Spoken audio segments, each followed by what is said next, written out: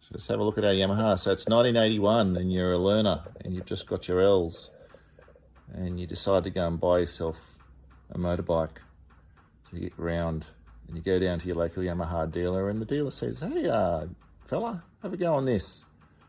And you take the RD250LC out for a spin and you come back and your hair's gone from black to white. Maybe that's an exaggeration. But this is an amazing piece of machinery, which is reflected in the respect and the following that the bike has in classic bike circles to this day. Of course, it came in 350 and 250 sizes. Our bike's a 250. And it shows really where where two-stroke motorcycling was getting to.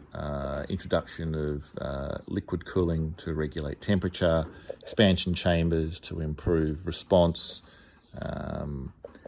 and basically a bike that just gives you miles and miles and miles of smiles. I love this bike. It's probably the last bike that I'd sell, if I was ever going to sell them. But I say that about a dozen other bikes here as well, so don't listen to that.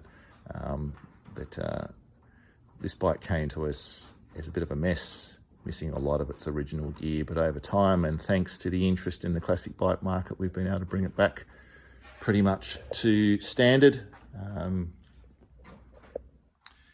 Go near that clock set, be recognised by most people as for what it is.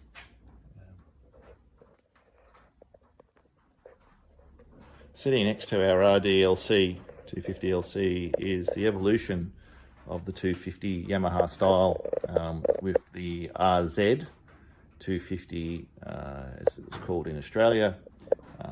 In the UK, I think you called it the RD250LC YPVS. There's those acronyms again. YPVS, Yamaha Power Valve System. If we sneak in here, you'll actually see the right-hand side bearing casing for the power valve system. Basically alters the porting to improve mid-range response for the bike. You're still on this bike, which is running its original pipes. Again, very similar to the 81 RDLC, expansion chamber technology in action, and liquid cooling, big radiator out front. Very popular bike in Australia. Runs the bikini fairing, and come across to the front. You see that bit of a change in the binnacle and the instruments. That's tacho. The train spotters amongst you will say that's not a 34J tacho.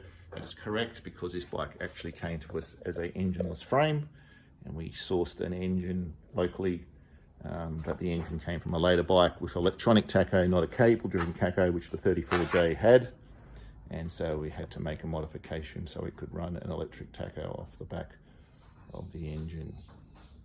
Well, actually, it doesn't run off the engine; it runs off the pulses from the coil.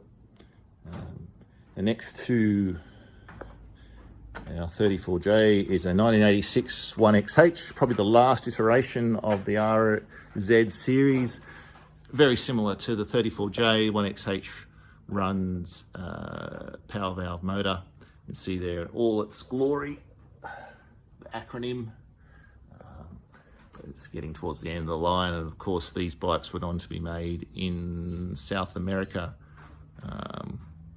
So to continue the sequence.